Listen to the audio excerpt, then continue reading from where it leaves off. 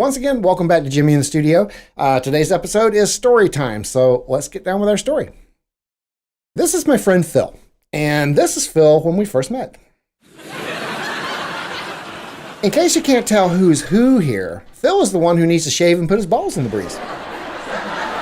Yeah, now, you have to admit that if there were ever two babies that were getting tag team trim in the nurse's station, you're looking at them. Yeah, you got to admit, that's a couple of good-looking kids right there. Okay, we haven't known each other that long, but you have to admit, it's a pretty cool picture. It's a good way of putting it out there.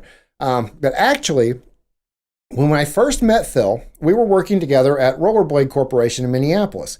And we all know that rollerblades are the inspiration for the Led Zeppelin song, Trampled Underfoot.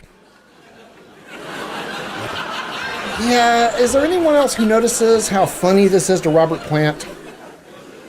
Can we get a close-up? Oh, yeah. John Bonham is laughing, too.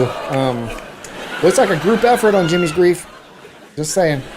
Okay, but on a side note, this is Jimmy's band after Led Zeppelin. This is his next band, The Firm, and this is their first album titled Safety First. I did a good thing, yeah. Notice how supportive his bandmates are for his new appreciation for crash helmets. I mean, come on guys, there's nothing wrong with safety. Okay, now we have to get back to Phil. It's easy to get sidetracked here. So, the reason that Phil and I were working at Rollerblade is because we were musicians with a side gig, which is very typical. But we were pretty well known already from very popular publications. Por ejemplo, when I was gracing the cover of Guitar Player magazine, Phil was doing some shameless self-promotion on the cover of Modern Drummer with his jab at drumming legend Buddy Rich. Talk about confidence.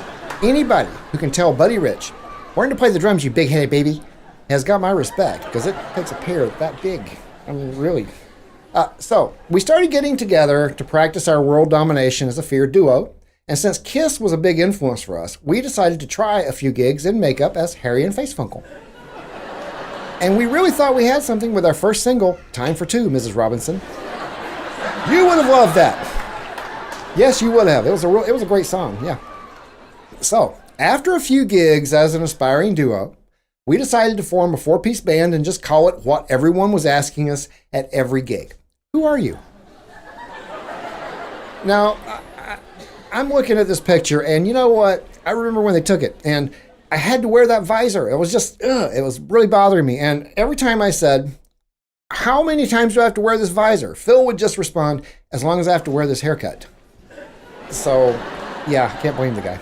But bad haircuts aside, there was a lot of tension building at the rehearsals, and we've got video footage to prove it. Yeah, better. Can you be serious over here, please? See, I told you. And the lyric ideas from the new singer didn't really help us out either. When I taste the muff and you say use butter, you better use butter, you bet. Now, I may not be a hit song guru, but I don't think You Better Use Butter is really that catchy and something that people want to hear. Although it may have turned out to be a good earworm because I've heard worse. So I'm just saying. But you better use butter. You better. Yeah. Okay, so while Phil was starting to get a little frustrated because of the way the band was, and so was I, he just started playing endless drum solos at every show. So I decided to leave the band and do what every respectable musician does when they are defeated. I started to become a religious man and told the world how much it sucked to be rich and famous. And yes. And the last that I heard, Phil continued playing in a new band in a cozy nightclub, playing smooth jazz and tripping balls. And that concludes the story of my friend Phil. And thanks to this guy, we've had a couple of interesting situations. Miss you, man. Fina la próxima volta. Until next time. Y'all have a good one.